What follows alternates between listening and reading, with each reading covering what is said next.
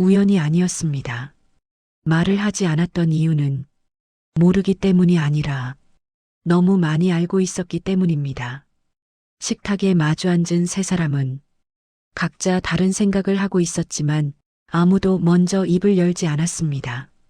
아들은 어머니의 얼굴을 보지 않았고 며느리는 괜찮은 척 고개를 끄덕였으며 시어머니는 그 둘을 번갈아 바라보다 조용히 시선을 내렸습니다. 그 순간 시어머니는 알고 있었습니다. 이 자리에서 단 한 문장만 꺼내도 이 집의 균형이 무너질 수 있다는 것을요. 그 말은 아들의 인생을 되돌릴 수 없는 방향으로 밀어넣을 수도 있었고 며느리에게는 감당하지 않아도 될 책임을 씌워버릴 수도 있었습니다. 그래서 시어머니는 말하지 않기로 했습니다. 그 침묵은 도망이 아니었습니다. 가장 먼저 가장 큰 무게를 혼자 끌어안는 선택이었습니다. 사람들은 흔히 말이 없는 사람을 아무 생각이 없다고 오해합니다. 하지만 침묵은 아무것도 없어서 생기는 게 아니라 너무 많은 계산이 끝난 뒤에 남는 결과이기도 합니다. 시어머니는 이미 모든 경우를 머릿속에서 다 지나왔습니다. 진실을 말했을 때의 얼굴, 해명했을 때의 관계, 그리고 침묵했을 때의 상처까지 그 모든 끝에 시어머니는 하나를 선택했습니다. 내가 감당하자. 그 선택이 자신의 경력을 조용히 끝내게 할 수도 있다는 걸 알면서도 말입니다. 그날 이후 집안의 아침은 늘 비슷하게 흘러갔습니다. 아무 일도 없는 것처럼, 아무 문제도 없는 것처럼. 하지만 그 평온함은 누군가의 침묵 위에 위태롭게 놓여 있었습니다. 그리고 그 사실을 그날의 세 사람 중 단 한 사람만이 알고 있었습니다. 의료 분쟁은 언제나 결과부터 사람 앞에 놓입니다. 사람들은 누가 잘못했는지, 누가 책임져야 하는지를 빠르게 알고 싶어 합니다. 하지만 그 결과 뒤에는 기록되지 않는 선택들이 존재합니다. 시어머니는 그 사실을 누구보다 잘 알고 있었습니다. 수술은 성공적이었고 환자는 살아났으며 문제는 그 다음에 시작되었습니다.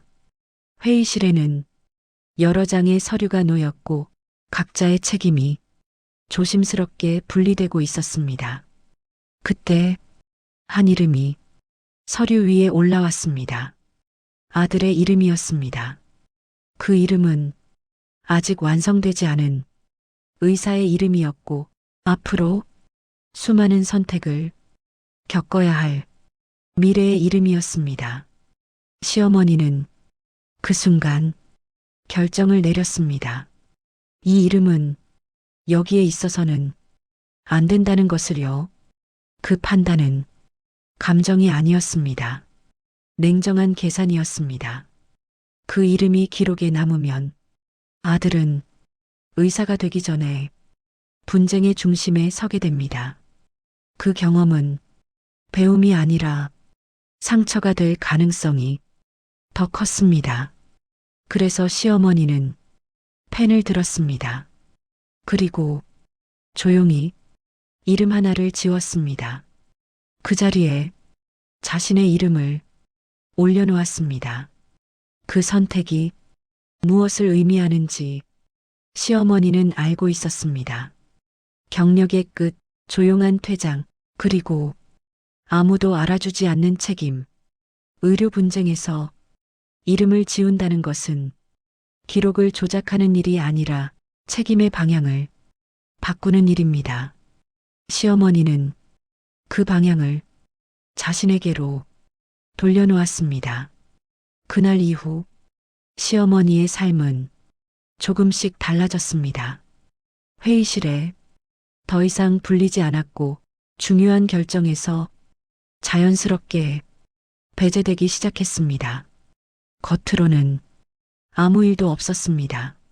하지만 조용한 고립은 이미 시작되고 있었습니다.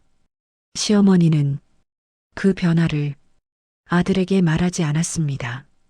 아들이 자신 때문에 무언가를 포기했다는 사실을 알게 하고 싶지 않았기 때문입니다. 그 침묵은 보호였습니다. 그리고 동시에 스스로를 지우는 방식이기도 했습니다.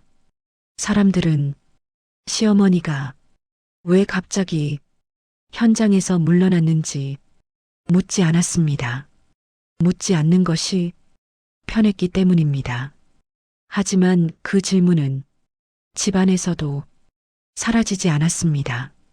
며느리는 이유를 몰랐고 아들은 생각해 본 적이 없었습니다. 그 사이에서 시어머니만이 모든 맥락을 혼자 들고 있었습니다.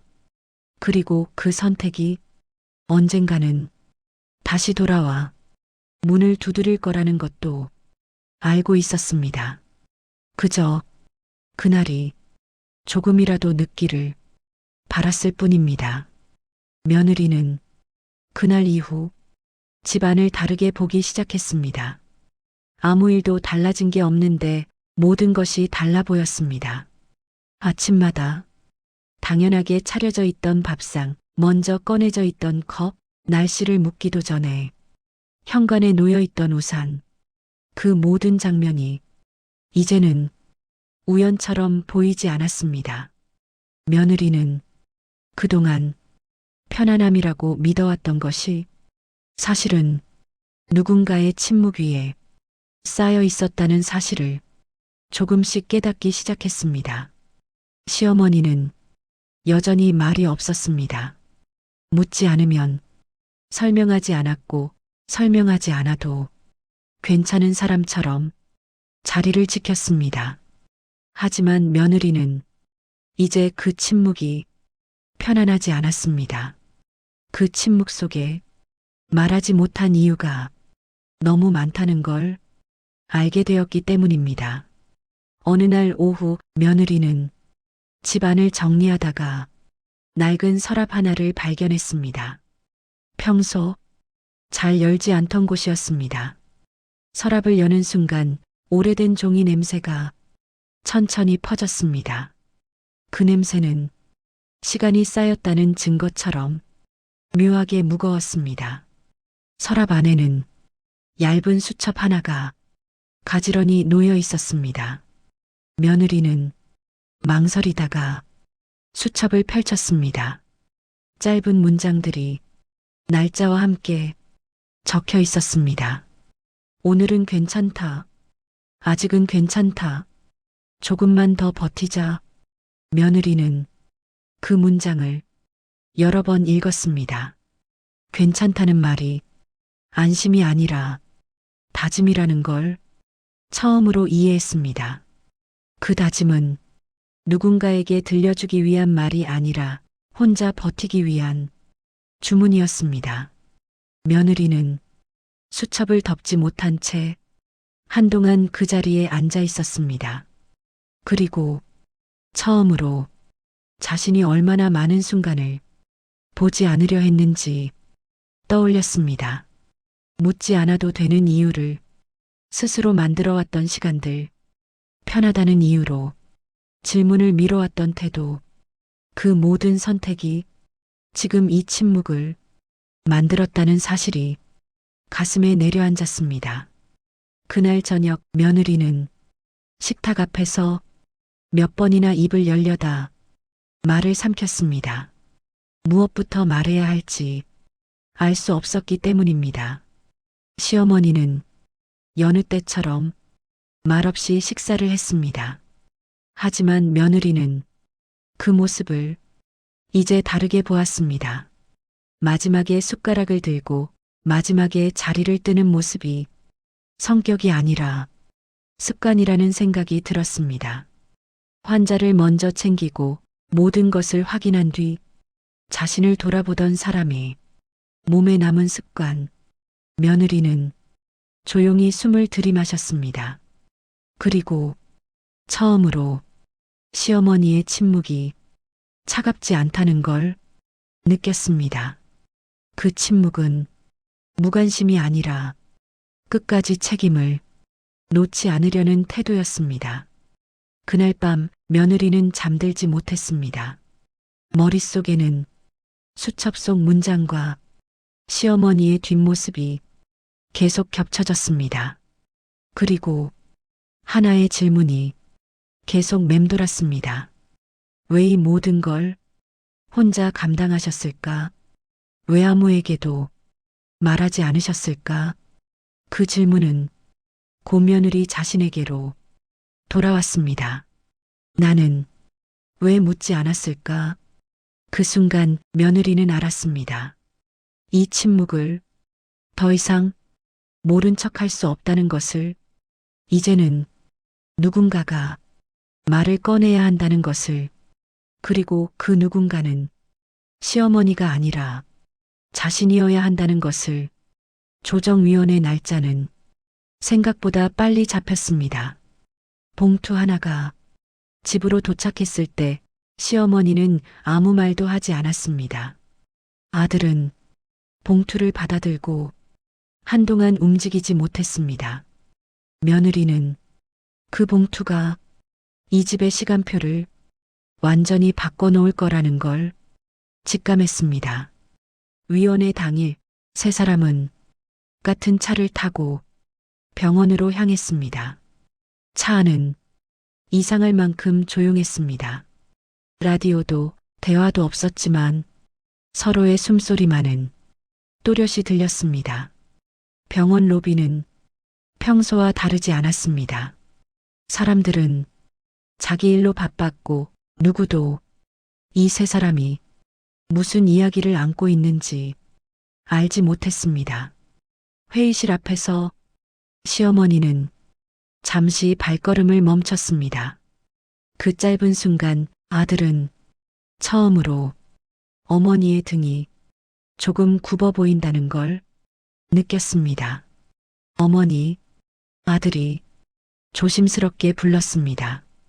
괜찮으세요? 시어머니는 고개를 끄덕였습니다. 괜찮아. 하지만 그 말은 더 이상 안심처럼 들리지 않았습니다. 회의실 안은 차가웠습니다. 긴 테이블, 정리된 서류, 낯선 얼굴들, 이름표 아래에는 각자의 역할이 적혀 있었습니다. 유가족 측 대리인이 먼저 말을 꺼냈습니다. 당시 기록에 중대한 누락이 있습니다. 회의실 공기가 순간 단단해졌습니다. 그 누락은 의도적인 것으로 보입니다. 그 말에 모든 시선이 시어머니에게 향했습니다. 시어머니는 서류를 내려다보다가 천천히 입을 열었습니다. 의도적이었습니다. 짧은 대답이었지만 회의실 전체가 숨을 멈춘 듯 조용해졌습니다. 왜 그 이름을 삭제하셨습니까? 질문은 차분했지만 날카로웠습니다. 시어머니는 잠시 숨을 고른 뒤 말했습니다. 그 이름은 책임을 질 위치가 아니었습니다. 그 이름이 기록에 남으면 한 사람의 인생이 그 자리에서 끝날 수 있었습니다. 위원 중 한 명이 말했습니다. 법은 그런 이유를 인정하지 않습니다. 시어머니는 고개를 끄덕였습니다. 알고 있습니다. 그래서 제가 책임졌습니다. 그 순간 아들이 손을 들었습니다. 제가 말해도 됩니까? 시어머니의 눈이 잠깐 흔들렸습니다. 안 돼. 작지만 분명한 말이었습니다. 하지만 아들은 고개를 저었습니다. 어머니, 이번에는 제가 선택하겠습니다. 회의실이 완전히 조용해졌습니다. 아들은 숨을 깊게 들이마시고 말했습니다. 저는 그날 실습 중이었습니다. 의료 행위를 하지 않았습니다. 그리고 제 이름이 기록에 올라갈 뻔했다는 사실을 오늘 처음 알았습니다. 아들은 시어머니를 바라보았습니다. 어머니가 제 이름을 지웠습니다. 어머니가 제 인생을 앞에서 막아주셨습니다. 그 말에 며느리는 시어머니의 손을 조용히 잡았습니다. 그 손길에는 아무 말도 없었지만 명확한 의미가 있었습니다. 이제 혼자가 아니라는 뜻이었습니다. 위원회는 즉각적인 결론을 내리지 않았습니다. 추가 자료를 요청했고 병원 측에도 책임을 묻겠다고 전했습니다. 완전한 승리도 완전한 패배도 아니었습니다. 하지만 한 가지는 분명해졌습니다. 이 침묵은 더 이상 개인의 몫이 아니라는 것. 회의실을 나서며 시어머니는 처음으로 아들의 손을 놓지 않았습니다. 집으로 돌아오는 길 세 사람은 여전히 말이 없었습니다. 하지만 그 침묵은 이전과 달랐습니다.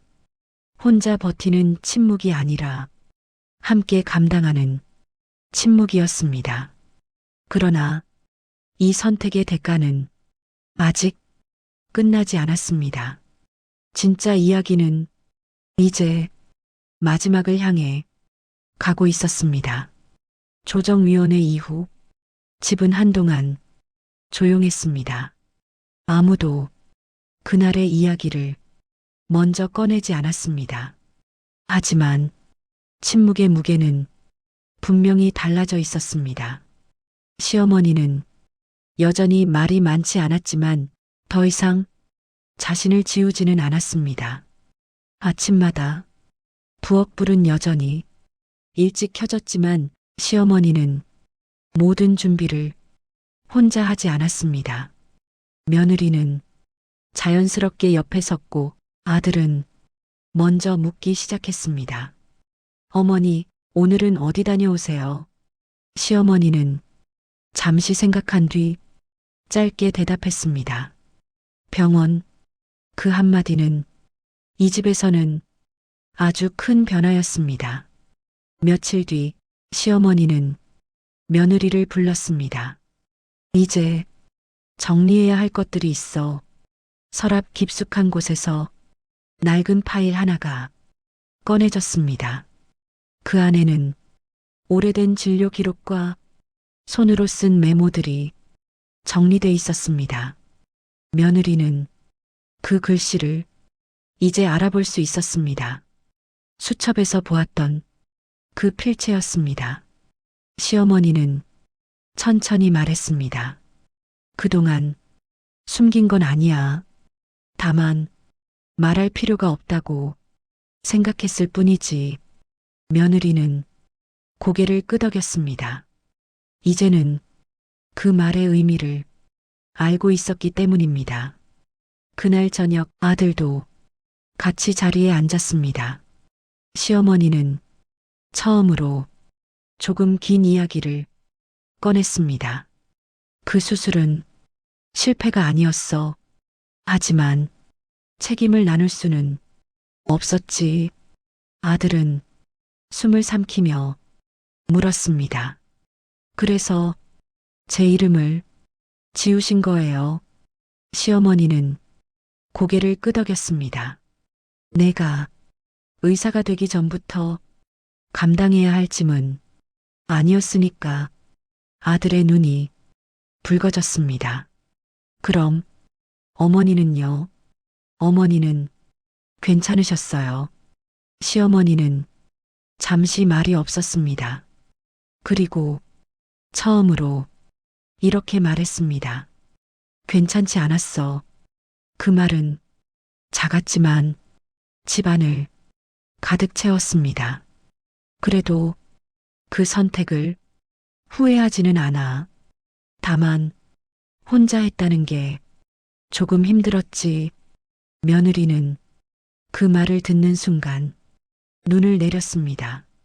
그동안 편안하다고 믿었던 일상이 얼마나 많은 침묵 위에 놓여 있었는지 선명하게 느껴졌기 때문입니다. 그날 밤 시어머니는 나무 케이스를 꺼냈습니다. 그 안에는 청진기와 오래된 명찰이 들어 있었습니다. 내과 전문의, 그 글자는 이제 숨겨진 이름이 아니라 지켜낸 이름처럼 보였습니다. 며칠 후 조정위원회의 최종 통보가 도착했습니다. 중대한 과실은 인정되지 않았습니다. 다만 행정적 책임만 남았습니다. 완전한 승리는 아니었지만 누군가의 삶이 무너지는 결말도 아니었습니다. 시어머니는 봉투를 덮으며 말했습니다. 이 정도면 충분해. 아들은 그 말을 처음으로 편안하게 받아들였습니다. 시간은 조용히 흘렀습니다. 계절이 바뀌고 집안에는 다시 익숙한 풍경이 돌아왔습니다. 하지만 이제 그 익숙함은 당연하지 않았습니다. 어느 날 아침 며느리는 창밖을 보며 말했습니다. 어머니, 벚꽃이 폈어요. 시어머니는 천천히 다가와 같이 창밖을 보았습니다. 그러네. 두 사람은 잠시 아무 말도 하지 않았습니다. 그 침묵은 차갑지 않았습니다. 지워진 말이 아니라 이해된 선택이었기 때문입니다. 아들은 그 모습을 조용히 바라보았습니다. 그리고 처음으로 이렇게 생각했습니다. 말하지 않는 사랑이 존재할 수도 있다는 것을. 이 이야기는 완벽한 화해의 이야기가 아닙니다. 누군가는 여전히 말이 적고 누군가는 여전히 조심스럽습니다. 하지만 이제 그 침묵은 혼자의 몫이 아닙니다. 아들은 몰랐고 며느리는 오해했고 시어머니만 감당했습니다. 그러나 이제는 함께 감당합니다. 침묵은 사라지지 않습니다. 다만 의미가 바뀝니다. 말하지 않았던 선택이 사랑이었음을 서로가 알게 되었기 때문입니다. 그리고 우리 주변에도 아무 말 없이 자신을 지우며 누군가를 지킨 사람이 있을지도 모릅니다. 그 침묵을 당신은 어떻게 보고 계신가요? 이 이야기는 여기서 끝이지만 이들의 삶은 계속됩니다. 조금 더 솔직하게, 조금 더 함께. 조정위원회가 끝난 뒤 집은 잠시 평온해졌습니다. 하지만 세상은 그렇지 않았습니다. 병원은 아무 일도 없었던 것처럼 다시 돌아가는 곳이 아니었습니다. 오히려 그날 이후부터가 진짜 시작이었습니다. 시어머니는 아침에 외출 준비를 하며 조용히 가방을 챙겼습니다. 며느리는 그 뒷모습을 보며 묻고 싶었습니다. 어머니, 오늘도 병원 가세요? 하지만 그 질문은 한동안 목구멍에서 멈췄습니다. 시어머니는 대답을 해도 길게 하지 않을 테고 며느리는 그 짧은 말 뒤에 있는 무게를 이미 알고 있었기 때문입니다. 시어머니는 문을 나서며 그저 한마디만 남겼습니다. 다녀올게. 예전과 똑같은 말이었지만 며느리는 그 말이 예전처럼 들리지 않았습니다. 그날 병원 복도는 평소처럼 붐볐습니다. 환자 보호자는 불안한 눈으로 접수 창구를 바라봤고 간호사들은 짧은 인사를 나누며 바쁘게 움직였습니다. 하지만 시어머니는 알았습니다. 그 바쁨 속에서도 사람들의 시선이 조금씩 달라져 있다는 것을요. 누군가는 시어머니를 보자 말을 줄였고 누군가는 인사를 하다가 끝을 흐렸습니다. 예전에는 그런 일이 없었습니다. 시어머니는 누구보다 침착한 의사였고 누구보다 신뢰받는 사람이었습니다. 그 신뢰는 큰 목소리로 얻는 게 아니라 조용히 쌓는 것이었습니다. 그런데 한번 흔들린 기록은 사람들의 마음을 빠르게 바꿔놓았습니다. 시어머니는 회의실에서 들었던 말이 다시 떠올랐습니다. 의도적 삭제. 그 네 글자는 단순한 의심이 아니라 낙인이었습니다. 병원에서 낙인은 소리 없이 퍼집니다. 소문처럼, 기록처럼, 그리고 표정처럼요. 시어머니는 진료실 앞에서 잠시 숨을 골랐습니다. 문을 열자 환자가 앉아 있었습니다. 환자는 시어머니를 보며 고개를 숙였습니다. 선생님, 그 한마디는 늘 하던 한마디였지만 시어머니는 오늘따라 그 말이 더 무겁게 느껴졌습니다. 진료는 평소처럼 진행됐습니다.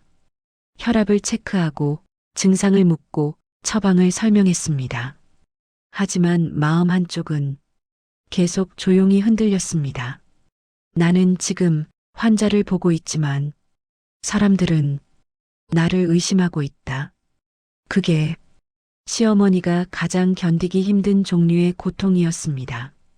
시어머니는 자신의 명예보다 환자의 안전을 먼저 생각하는 사람이었습니다. 그래서 더 조용히, 더 정확하게 진료했습니다. 의심을 반박하려 애쓰지 않고 결과로 증명하려 했습니다. 그날 점심 시어머니는 혼자 식당에 앉았습니다. 예전에는 동료 의사들이 자연스럽게 옆자리에 앉았고 간호사들도 안부를 물었습니다. 하지만 오늘은 사람들이 한번 멈칫하고 다른 자리를 선택했습니다. 그 장면은 말보다 더 분명했습니다.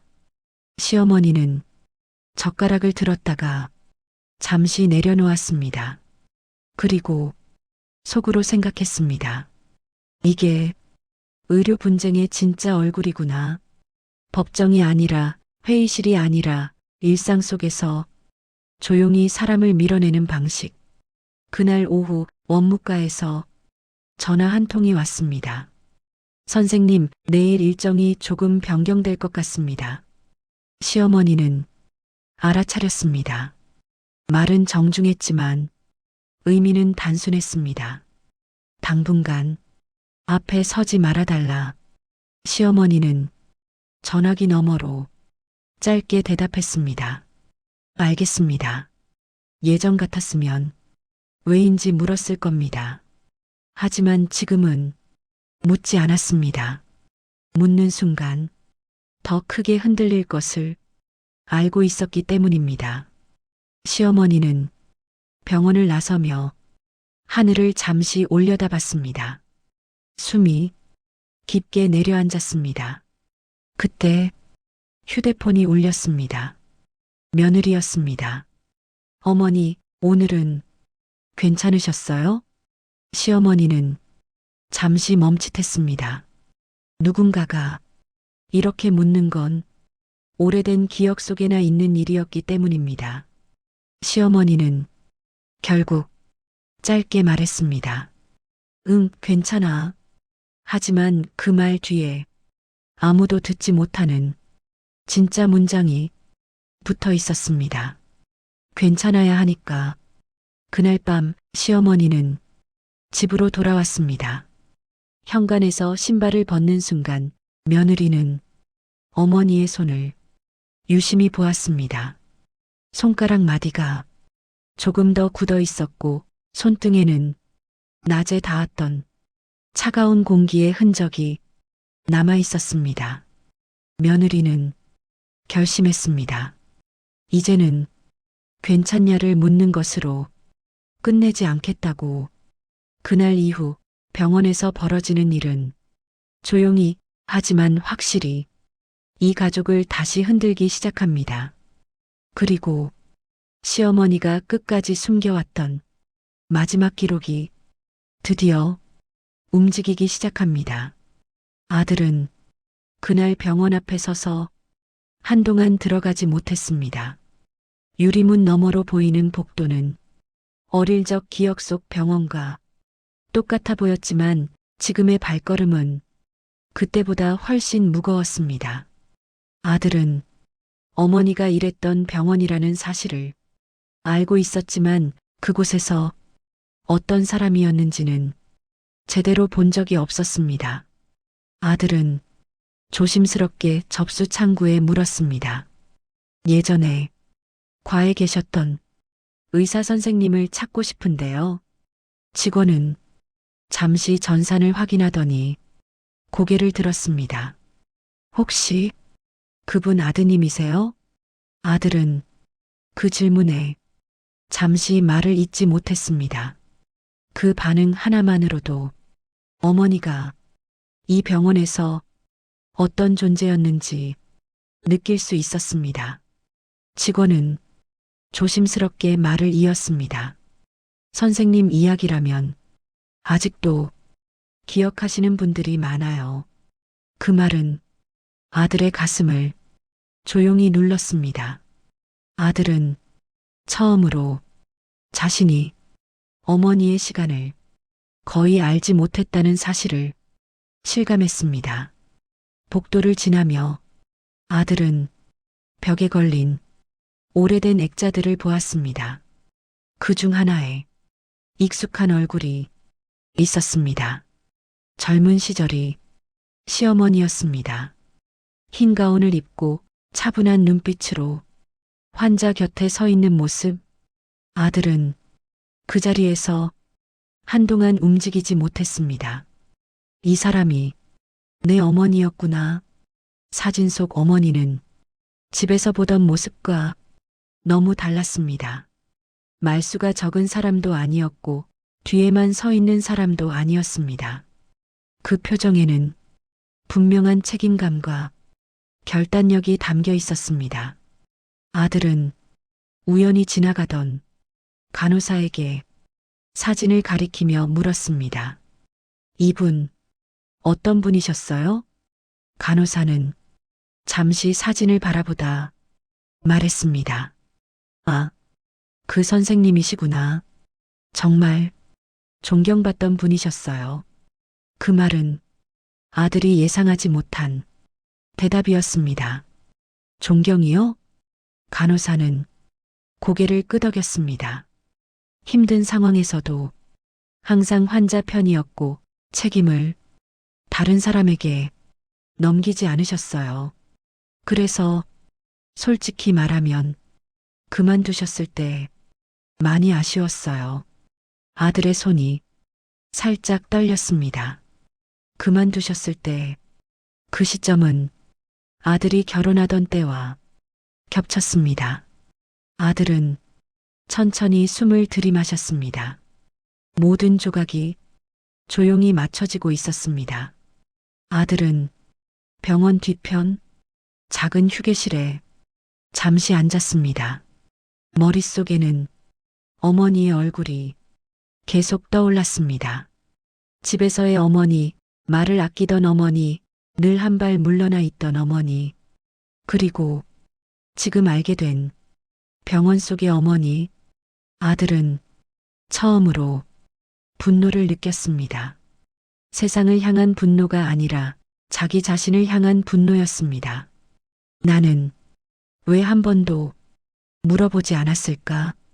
왜 어머니가 조용한 걸 당연하게 여겼을까? 아들은 휴대폰을 꺼내 어머니에게 전화를 걸려다 멈췄습니다. 지금은 무슨 말을 해야 할지 알 수 없었기 때문입니다. 그 대신 며느리에게 메시지를 보냈습니다. 나 어머니에 대해 몰랐던 게 너무 많아. 며느리는 잠시 후 답장을 보냈습니다. 이제 알아가면 돼. 그 짧은 문장은 아들의 마음을 조금 가볍게 했습니다. 아들은 병원을 나서며 다짐했습니다. 어머니의 침묵을 당연하게 두지 않겠다고. 이제는 뒤에 서 있는 사람이 아니라 앞에 서 있는 사람으로 기억하겠다고. 하지만 아들은 아직 알지 못했습니다. 어머니가 끝까지 말하지 않은 마지막 선택이 곧 모든 관계를 다시 흔들게 될 것이라는 사실을, 그리고 그 선택은 아들의 결심보다 훨씬 더 깊은 곳에서 시작되었다는 것도요. 며느리는 아들의 메시지를 읽고 한동안 휴대폰을 내려놓지 못했습니다. 나 어머니에 대해 몰랐던 게 너무 많아. 그 문장은 며느리의 마음에도 같은 울림으로 남았습니다. 사실 며느리 역시 모르는 게 너무 많았습니다. 알지 못했다기보다 알아보려 하지 않았던 것에 더 가까웠습니다. 며느리는 집안을 둘러보았습니다.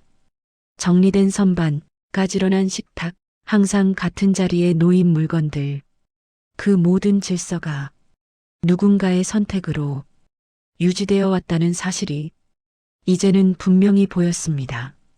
그날 오후 며느리는 시어머니의 방 앞에 섰습니다. 노크를 해야 할지 그냥 들어가도 될지 잠시 망설였습니다. 그리고 조심스럽게 문을 두드렸습니다. 어머니, 잠깐 이야기해도 될까요? 안에서 짧은 대답이 돌아왔습니다.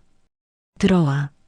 방 안은 늘 그랬듯 단정했습니다.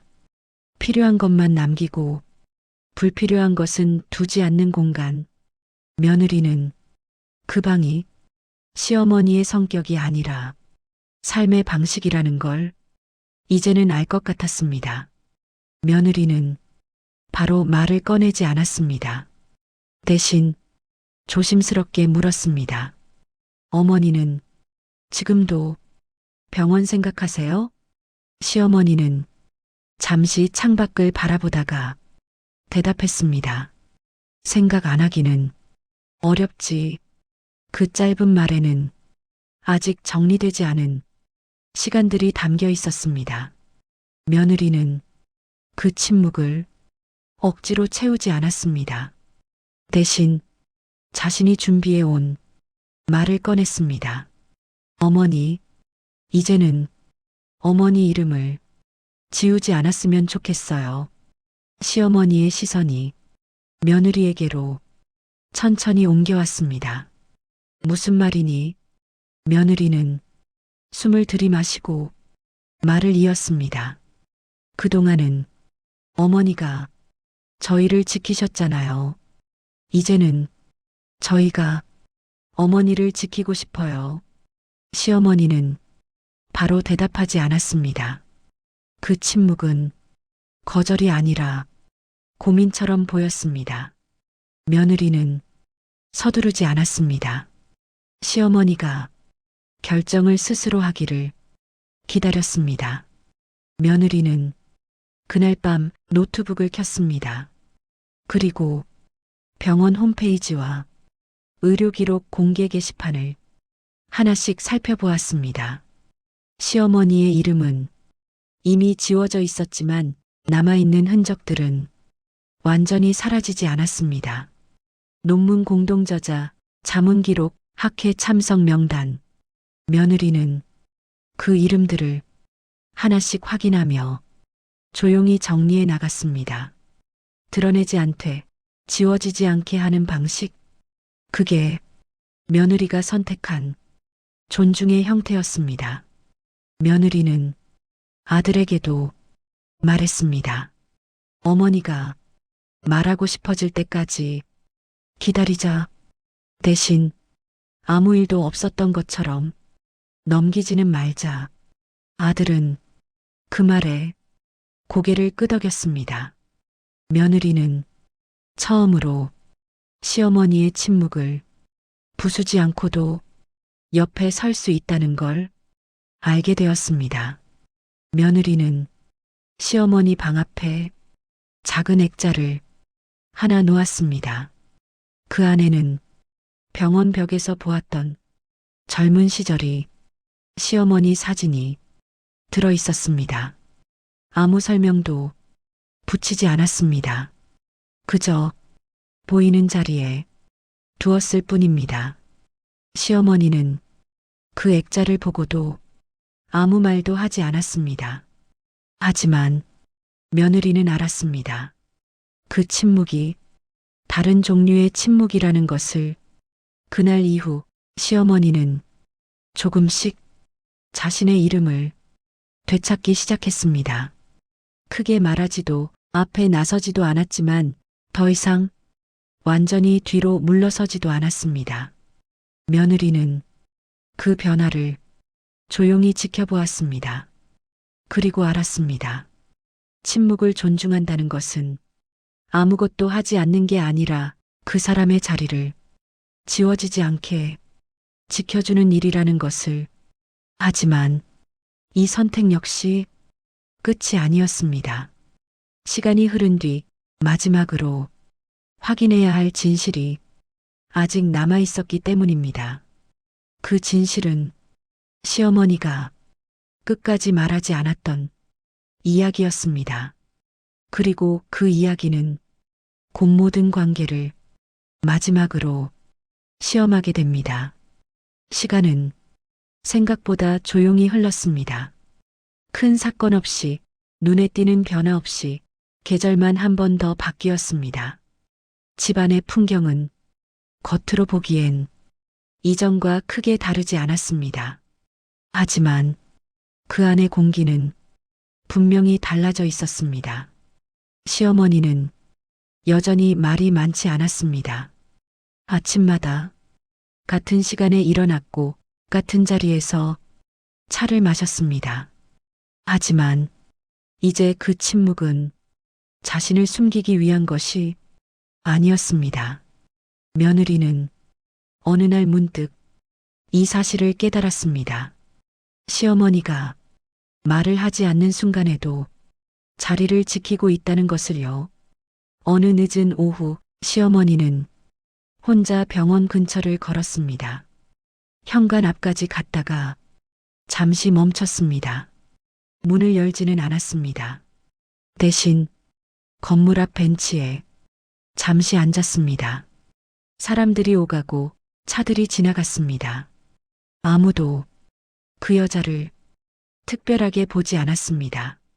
하지만 시어머니는 그 익숙한 무심함 속에서 오히려 편안함을 느꼈습니다.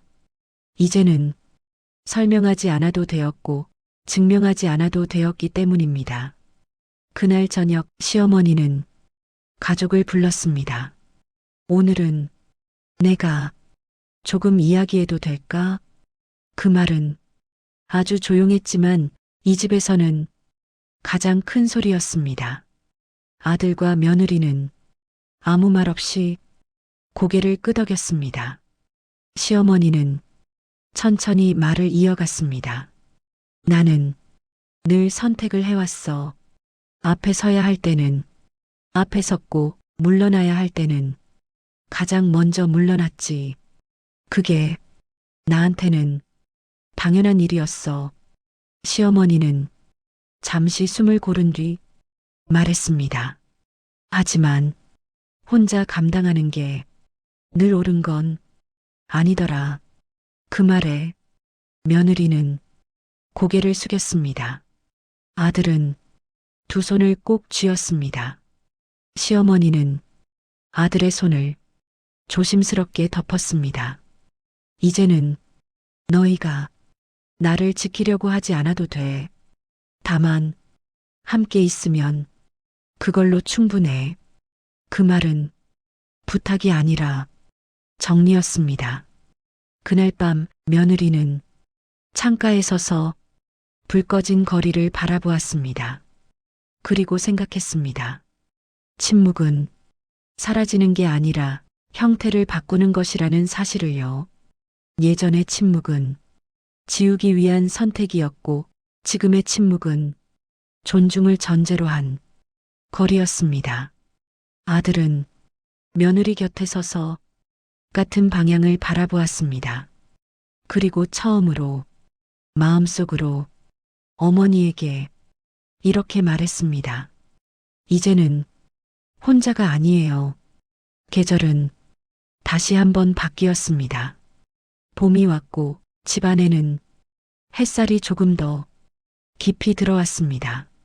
시어머니는 창가에 서서 그 햇살을 잠시 바라보았습니다. 그리고 아주 작은 목소리로 말했습니다. 괜찮다. 그 말은 이제 더 이상 혼자에게 하는 말이 아니었습니다. 이 이야기는 누군가의 희생을 찬양하기 위한 이야기가 아닙니다. 오히려 그 희생을 당연하게 여기지 말자는 이야기입니다. 아들은 몰랐고 며느리는 오해했고 시어머니만 감당했습니다. 하지만 그 침묵을 알아보는 순간 이야기는 다른 방향으로 흘러갑니다. 말하지 않는 선택에도 이유가 있고 그 이유를 존중받을 때 침묵은 비로소 쉼이 됩니다. 우리 주변에도 아무 말 없이 자리를 지켜온 사람이 있을지 모릅니다. 그 침묵을 당신은 어떻게 부르고 있나요? 이제 이 이야기는 여기서 끝납니다. 하지만 이들의 삶은 계속됩니다. 조금 더 함께, 조금 더 솔직하게, 그리고 조금 덜 혼자서